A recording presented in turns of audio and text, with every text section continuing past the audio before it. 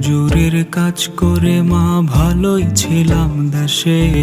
সোনার হরিণ ধরতে কেন পাঠাইলা প্রবাসে? হাড় ভাঙা পরিশ্রমে মা যায় যে ফেটে দম। মাস শেষে যা পাই গো বেতন সেও অনেক কম। কবে দেব পাওনাদারের ঋণের এত টাকা? চিন্তাতে মা ঘুম আসে না বাড়ি বন্ধক রাখা।